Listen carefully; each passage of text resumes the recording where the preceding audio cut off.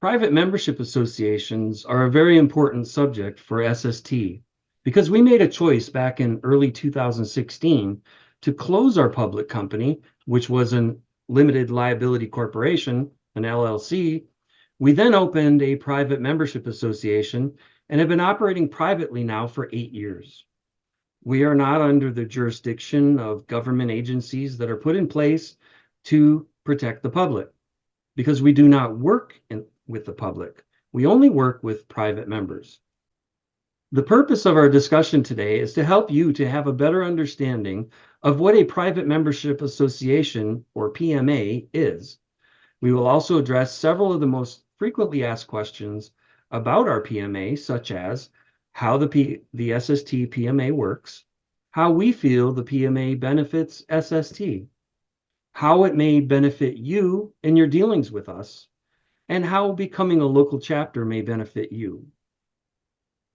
Now, we would like to make one point very clear. We are not licensed attorneys in any state.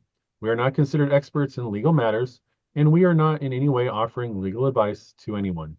The SST team researched this subject for about 3 years, and they then made a decision to close our business that was working in the public domain, and we created a private membership association where we can do things completely in our own way and keep everything private among our membership. We liked the idea of protecting our privacy and yours without being under any governmental regulation or influence outside of our own PMA structure. I will be asking Ron to explain some of the details for everyone in a question and answer format. So Ron, could you explain what are private membership associations, or PMAs? Well, a private membership association, or PMA, is an association or a group of members who assemble or do things in private and do so to accomplish one or many specific purposes. Most people understand the value of privacy. You want your bank to keep your account information private. You want your doctors to keep your medical data private. You keep your passwords to various accounts private. We all want our personal information not to be public. That's pretty easy to understand, right? Absolutely. So if you read our membership agreement and pay close attention to our declaration of purpose, it details our purpose of association. It shows that we believe we have the legal right under common law to assemble for the purposes we listed there. Some of those statements are to protect our freedom of speech and choices. We have the right to choose our methods of healthcare, and we have the right to make any recommendations to our members, no matter what it is. We have the right to choose any healthcare products we want to purchase and sell, whether they are registered with the public government or not. We have the right to develop and provide new technologies for our members, whether they are registered with the public government according to their regulations or not. We have the right to assist members with proper training and help them to properly set up their businesses to be legally compliant as they work with their public clients. As a national chapter, we help other like-minded people set up their own PMA so they can have the same benefits with the people they work with rather than working in the public domain. All members within the association agree to keep all membership information private, including not taking disputes into public courts. So if SST is teaching people how to work in the public in a compliant way, then why does SST want to keep those activities in private? Well, that's a fair question, Fernando. So many people think the only reason to create or join a PMA is so that you can practice medicine without a license or that you can violate public laws. And that's not true. Not all PMAs are set up for that purpose. Our PMA provides a level of protection that we didn't have as a public LLC. None of our staff members at SST are state licensed physicians. The government here in the USA has many strict rules regarding practitioners and their procedures, health statements, labeling or advertising, and things like this. There are potential liabilities that could affect us. They are actually things that are beyond our control. I'll give you one example. At our training events, we have all kinds of practitioners attending these events. Sometimes we teach licensed physicians. These doctors will comment and share information at our events because we encourage attendees to ask questions, to comment, and to share opinions. We recognize that we have a level of responsibility when a licensed physician speaks up in our training event, that a doctor is speaking to other non-licensed attendees. Intentions in the discussions are always good, but what if a doctor tells people something he is allowed to do in his licensed practice, and then someone from the group goes out and repeats it in their practice when they shouldn't? Even though that may not be the intention of the doctor or the intention of SST, someone could get into trouble, and we might be liable because it was something that was stated at our event. So in this aspect, we wanted to have protections built into an agreement with our training attendees. Now, that's just one example that helped us to see that we needed to protect ourselves from potential liabilities. Every SST staff member has also signed the same membership agreement as all of the other members. So we are all bound to the agreement that we have all signed. So does the PMA also protect SST's rights when it comes to the information that we teach?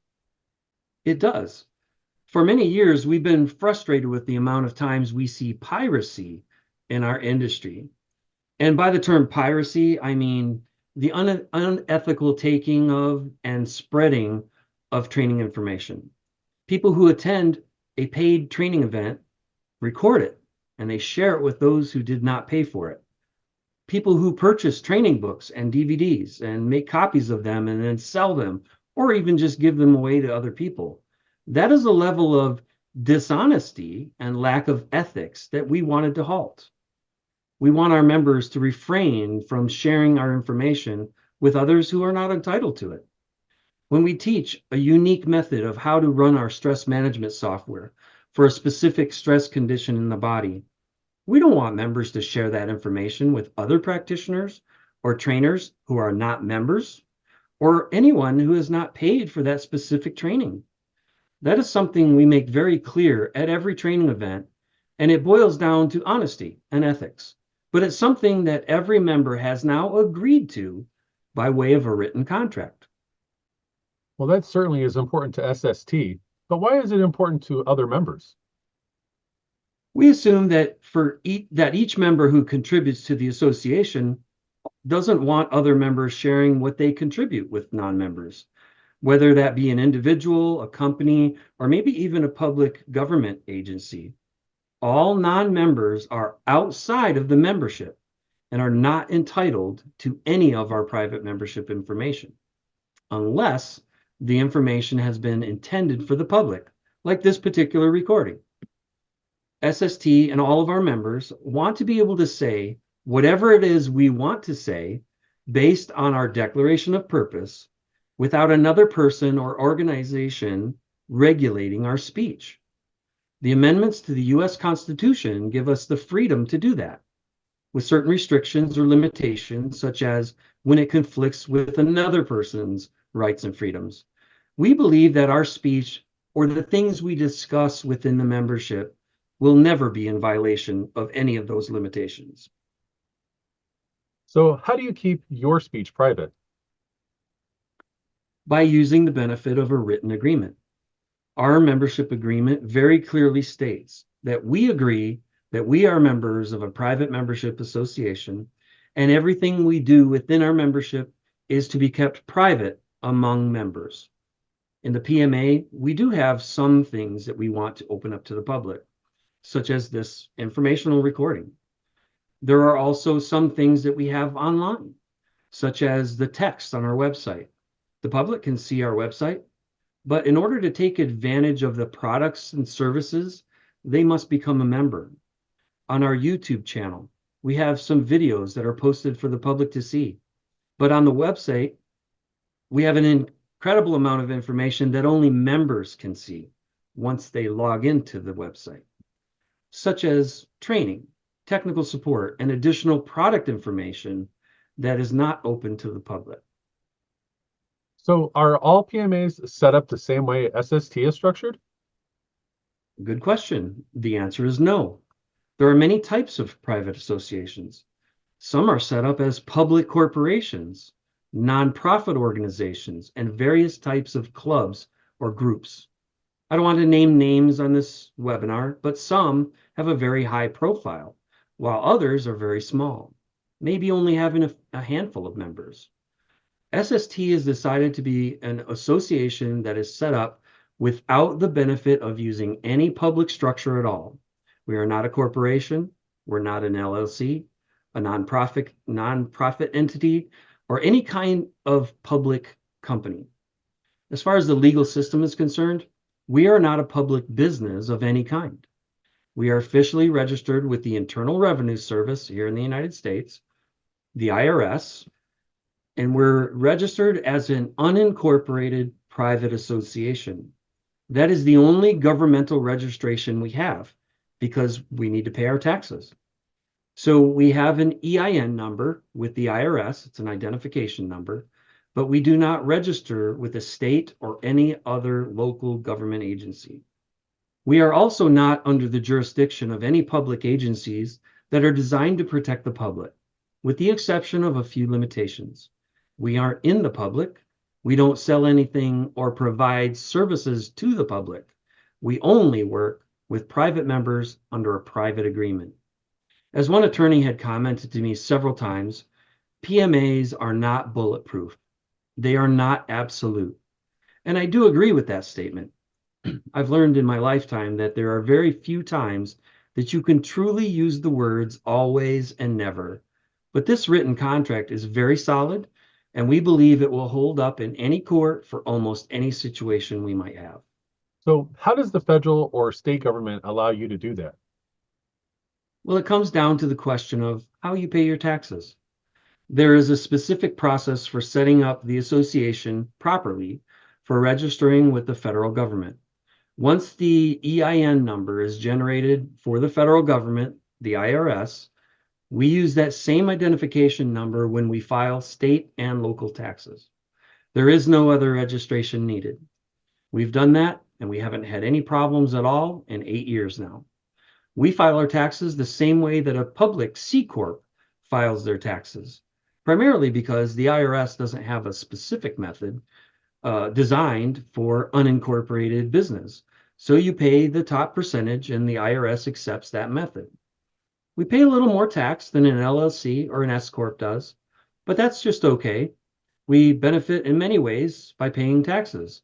And since we pay a little higher tax rate, the benefits far outweigh the little bit of extra cost. We are very careful to do everything by the book when it comes to paying our federal, state, and local taxes. Some PMAs exist to completely avoid the government. Some believe that a PMA is an avenue you can take to intentionally do things that are illegal in the public system. And you have protection because you're doing it in private, under the canopy of a private membership association. Well, we don't have that kind of a PMA. We didn't set up our private membership association so that we could do things that we know are legal in the public and hide behind a PMA. We became a PMA for the protection of our right to privacy, as well as the benefit of working only within our association. And behind a strong agreement that we have with the ones we work with, our members. Well, we do get this question often. Can I practice medicine without a license as a PMA member? When people research PMAs, they will find statements online that say you can do that. Some use that as their first benefit of a PMA. One of our consulting agencies has that comment right on their website. However, you'll never hear that statement from SST. As a majority of you know, SST is a leader in stress management. And what you will always hear from us is that we encourage everyone to do their practitioner work in public or in private in a legally compliant way. Currently, none of the US states have a licensing program for biofeedback or stress management. However, we have always highly recommended all practitioners go through proper training. When it comes to practicing medicine without a license, we obviously wouldn't condone that at all. We highly recommend proper training and compliant language at all times. I'm glad you're explaining it this way because we've had a lot of questions from people who don't really understand the membership agreement. In the memorandum of Mhm. understanding, the first paragraph sounds like it might be clearing the path for us to be non-licensed or certified. Well, I can understand that. It is not written the way most of us speak every day, but the way we wrote that agreement was so that we could be very clear about something. Member to member, we all speak and act as members of an association. We do everything because we choose to. We aren't forced by any member to make any decision. We do so on our own accord. Each member holds no other member responsible for any liability except for anything clearly deemed as a substantive evil. What does that mean? Substantive evil?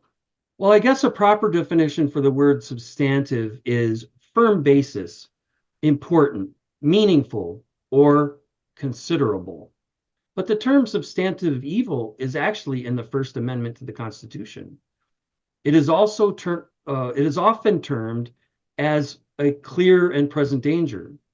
The only one who can determine if any certain act is a substantive evil, I guess, is the Supreme Court.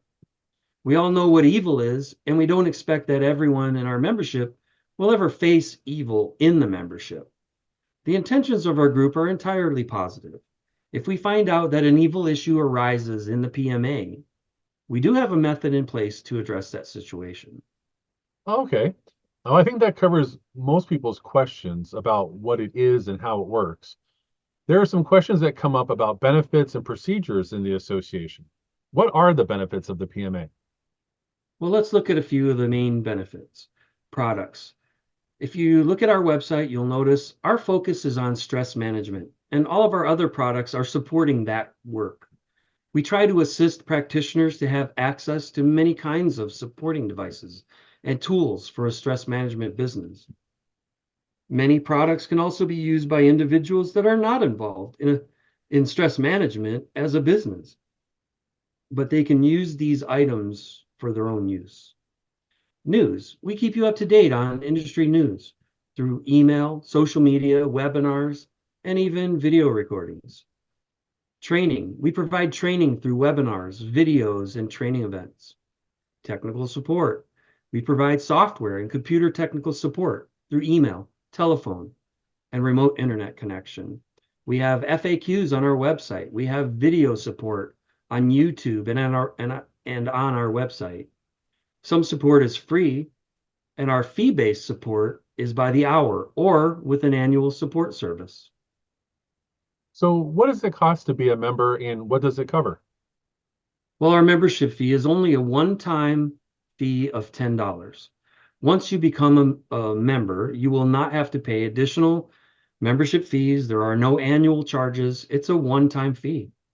Members have various free services provided to them at various times. Plus, they have access to many products and services that do have various fees. Now, what if I don't follow US laws? I'm in a different country. Why do I need to be a member of your PMA? You may be from outside the boundaries of the United States. However, SST is in the United States, and we are a PMA. We only work with members. So if you want to have membership benefits, you need to be a member. We have no provisions to have membership benefits outside the membership. That would totally defeat the purpose of our association. Now, I have worked with SST many years ago. How can I tell if I'm already a member? Well, if you've attended one of our members only training events, our tour events, or purchased something from our website, or had a remote technical support appointment since April of 2016, you are definitely a member. If you have a valid login for our website, you are a member. Anyone can call us or email us to find out if you are a member. Now, I just want to buy a $10 item. Why do I need to become a member? Well, the answer to this question is the same as the last question. We have no membership provisions for non-members. Purchase of SST products is only offered to members. Now, don't I get special pricing off the website just for being a member? Well, you don't get a special discount for becoming a member since our pricing is already designed only for members. We do have a special sale price that takes place throughout the year for a variety of different products. There's no shortage of special opportunities for discounts. We do have reseller discounts for some select items, and we do offer referral fees for certain products. But again, these are only offered to members only. Now, there is a statement in the membership document that mentions there is an attached fee schedule. Can you explain what that is? Well, that was in our original documentation, but our fee schedule is actually now our website. Every product and service we sell is on our website, with the exception of a few special quotes for special items and repairs and things like these that will have a variable price. Any training event is listed on the emails and on the website that is either a free training or there will be a price for it and it will always be clearly posted. Does the SST PMA offer me any protection with my clients? As part of the SST PMA, you have the benefits provided within the terms of the membership agreement with fellow members. It doesn't offer you benefits with those you work with in your public business. Remember, when you are in a private membership association working strictly with members, you are not working in the public. When you work in or with the public, or when your business is set up as a public structured business, you are subject to all the regulations that are designed to protect the public, which is exactly why we have made the statements we made so far in the recording. Later in this discussion, we're going to talk a little bit about the local chapter program, which is what would help you to have that same privacy protection as we have in the PMA with your clients and with those you work with. Now, people have asked, in the membership agreement, it seems like I'm giving up all my legal rights. Like if something happens, I can't sue SST. Well, when you join our PMA, you are making an agreement to give up some things. I can't say that you can't sue SST. Anyone can try to take anything to court, but you are signing a document that states you are a member of this association. And as a member, you are changing the way you would handle any dispute or disagreement with the association and with its members. If there is a dispute or a disagreement, it is handled together in the PMA. An association committee will be assembled if needed, and an agreement will be worked out. So if someone were to start a public proceeding, the membership contract would be the first thing our defense would address. So if I get in trouble with a regulatory institution, is SST going to help me now that I'm a member? SST's membership is a protection between members. Its intention is not to offer you legal protection with your clients or outside associations. However, this statement is taken directly from our membership agreement. It reads, "The association will also assist members through education to find solutions for legal problems and concerns as a preventative measure or as a solution to present to a present situation or condition through research, providing information and education, or directing the member to an appropriate resource." We also have a provision where you can become a local chapter, and we're going to get to that in a few minutes. So what constitutes a violation of the PMA? Without getting extremely detailed on this question, there are three basic things to be concerned with. One, sharing any membership information with non-members violates the agreement. This would include friends, family, government agencies, medical boards, etc. All documents, website information, videos, training information, technical support, basically anything we do with members is for members only. Sharing these with any non-member is a violation of the membership. Certain training information is paid training, etc. So to extend that comment a little further, sharing training information that you paid SST for like a training event or a webinar. Sharing it with any non-member is covered in what I just stated, but sharing it with any member that has not paid for that information is not only unethical, but it is also a violation of the agreement that you signed. And secondly, sharing any information intentionally within the membership that can harm another member is a violation of the agreement, as that would go against the declaration of purpose of the association. And third, doing anything within the membership that goes against the association's declaration of purpose. That's a broad statement that could cover a lot of territory. However, if a member violates our declaration of purpose, we will form a committee to decide if there is a violation and then what should be done about it. Well, that brings up another question. What if Betty, we'll say, is a member, but she wants her husband to call in to go over a technical issue with her biofeedback software?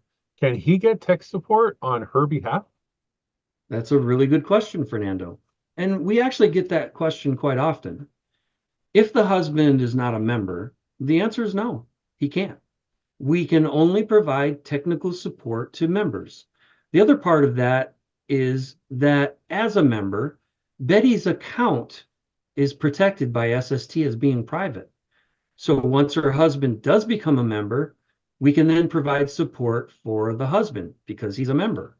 However, if he asks us to look up something in Betty's account or ask questions about Betty's equipment or training or anything personal to Betty, we need to have Betty's permission in a written form in her account in order to be able to share that information with her husband. As we said before, we take privacy very seriously. Speaking of which, what if a member asks for another member's contact information?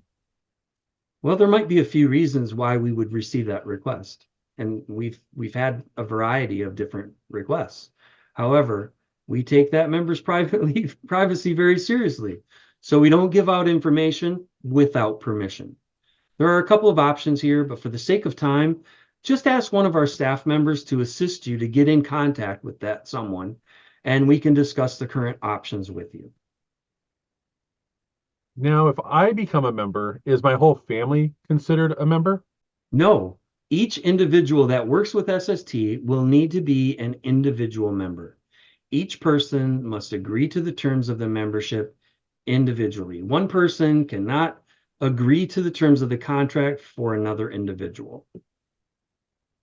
Now, what if I don't want to be a member anymore? The membership agreement states, I understand that I can withdraw from this agreement and terminate my membership in this association in writing at any time without any prior immediate attention. Well, Ron, I believe that covers everything we wanted to discuss. Thanks for the help, Fernando. I think those were all great questions, and I'm glad to provide the answers. There's just one last thing for us to do then, and that is to give a final disclaimer. The information that we presented in this recording is provided for educational purposes only. Although we have done extensive research on this subject, the staff and officers of Seriously Smart Technologies are not licensed members of the State Bar of Michigan. We are not attorneys. This information should not be considered a substitute for the advice of a licensed attorney in handling your legal affairs. Thank you for joining us today.